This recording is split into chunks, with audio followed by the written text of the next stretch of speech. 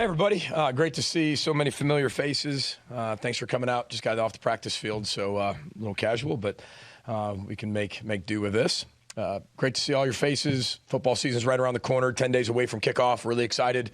Really like this football team. I'm sure you have a lot of questions, so, you know, I did enough in my opening presser at the Big Ten Media Day. What was the time? 10:40, 10:50? Not bad. Some of the false reports out there is 14:50 is inaccurate. It was 10:40, I think. Not to say anybody in here did that, just saying, heard some rumors. So we'll get to questions. How's that? Good to see everybody. On Tuesday, you talked about Thursday maybe being a scrimmage for some evaluations. How did that go? What'd you see? Yeah, it went great. You know, I mean, we've done a few things. We've had another scrimmage. We've had a mock game where we go through all special teams situations, do it under the lights. We were going to have one in the stadium on Thursday, but weather made us come inside. But we did the same type of thing. I love this football team. I love the depth of this football team. I love the competition of this football team.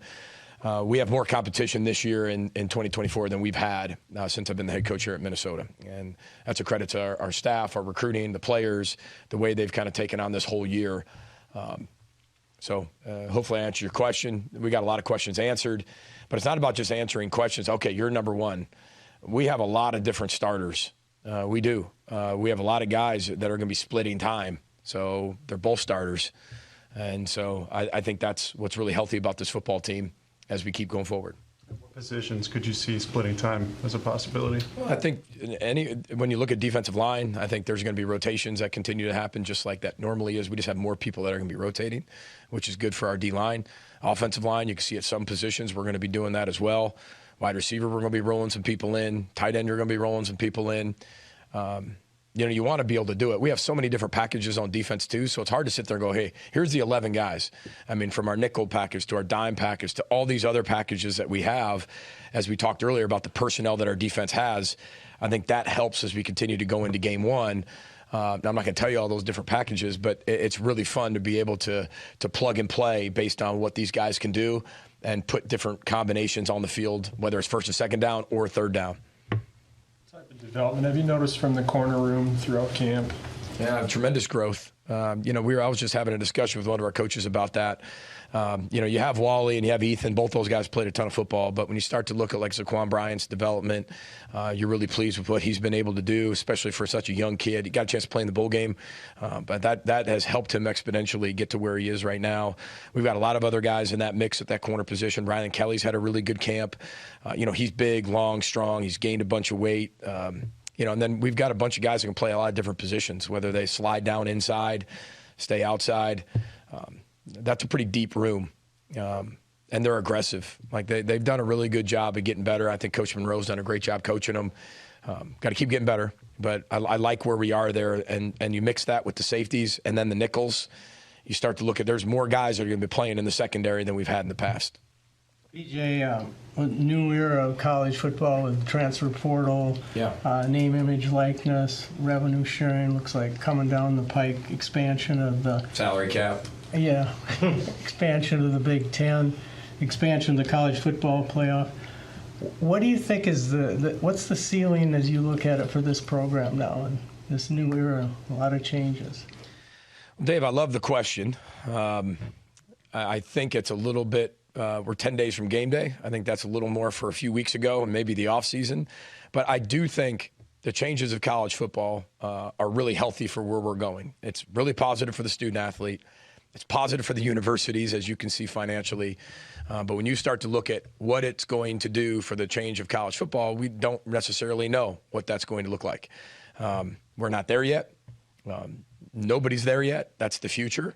I think with the new college football expansion, I think that makes people really excited, especially at the University of Minnesota. As I said at Big Ten Media Day, I think when you had 4 teams in the college football playoff, you could probably name 2 or 3 that were going to make it from the start of the season, and they were probably in there at the end. And maybe there was 1 or 2 that maybe some people had on the fringe, or maybe there was one shock. I think as you go through this, and if it's 12 teams, which it is in the college football playoff, that leaves the window open for a lot of teams to get in there from different conferences. And I think that's exciting for the fans. It's exciting for college football and the growth of our sport and the health of our sport as we keep moving forward. One thing I've always loved about college football is it constantly changes. There's one thing that changes is it always changes. And I think that's what makes it really exciting. Not just rules, but how it's all done. Not just like on the field, this year we're going to talk about, the drop tackle, and that's fine. Those are all good changes. But I'm talking about huge changes that change the dynamics of what college football look like in the future based on what was in the past. Words like scholarship, walk-on, whatever our definitions were prior to that, and our vision of that was, those are all changing of what that word actually means. It has a lot of different meanings now. Walk-on has a lot of different meanings now. 105 puts puts people on this parity, not equal playing field, because with NIL still being in play, but when you start talking salary cap and you start talking those types of things, it definitely creates a little bit, I think, more parity, where I think every fan base is going to sit there and go, okay, hey, listen, we got a great opportunity here. If we invest in X, Y, and Z, we have just as good a shot as a lot of other teams. So that's what's really exciting as we go forward. And I think I've said that publicly at Big Ten Media Day, that I think it's really healthy, especially for Minnesota, with the changes of college football. When you went looking for a quarterback and you got Max, how involved did you think FCS level would be in that search? I'm sorry, Randy, you mean Getting somebody from the FCS level, was that something you were looking at all along? Or? Yeah, no, it wasn't necessarily we needed somebody just from FCS. I mean, it wasn't FCS or bust. It was the best available player. And we needed somebody to come in here that understood the situation. There was pressure of the situation right from the start. We had to find the right fit for what we were looking for. And if you think back to it, Randy, we didn't bring in 4 quarterbacks with all this NIL money and stuff like that and say, okay, you guys all compete and let's go. We had to bring in somebody who was going to be able to lead the team the minute they got here, was going to be able to do okay without maybe without the most competition threatening them, was going to have to do okay with maybe not competition threatening them, knowing that they're the guy, to handle that responsibility in a very mature way and in a leadership way, and go out there and perform at the highest level. Because the option after that for us was, okay, a true freshman and bringing in another guy that we're going to develop. So when you're looking at it, you had to be right. So, every decision you make, you want to be right, and you're feeling you have to be right. But this one, we had to get right. And Max has just exceeded all of our expectations. He's got to go out there and prove it and play on game day and do what he does every single day. The only thing Max Brosmer has to do is be the best version of Max Brosmer every day. And that's what he's capable of doing, and that's what he'll do. And we have the most confidence in him. He's had a great 6 months. He's an amazing human being, and he's made this program better. He's made the people around him better. He's made our culture better. He's made University of Minnesota better, and I'm really proud of him for that. And it's going to be fun to be able to watch him here in 10 days. How's Darius Taylor doing right now, and how do you feel about the running back depth? Yeah, he's doing great. We brought in a ton of players for that reason. In general, if anybody ever gets banged up, we got a few bumps and bruises, but. I'm going to use the same line as we get in 10 days before game day. I mean, the injury report will come out, 2 hours before kickoff. But this is a very healthy football team. And I love how they've gone about their business throughout training camp. I thought we structured it to benefit them, which we always do. But you learn from your past to create your future on certain things. We listened to a lot of the science and data and applied our whole training camp schedule accordingly. But I really like the depth of the room, from the top with Darius all the way down. And we brought in a lot of guys for that position, a lot of guys who have played big-time college football. And then some other guys that have been young have really come on strong.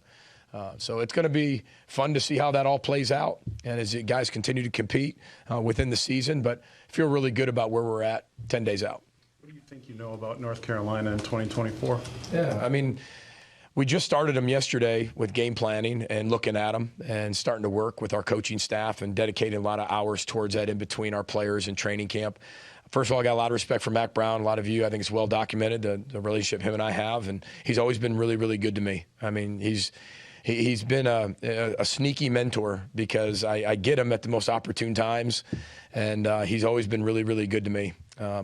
They're really talented. They got 8 returning starters on defense, and they added a bunch of transfers that do start other places in the ACC or other places. They're deep.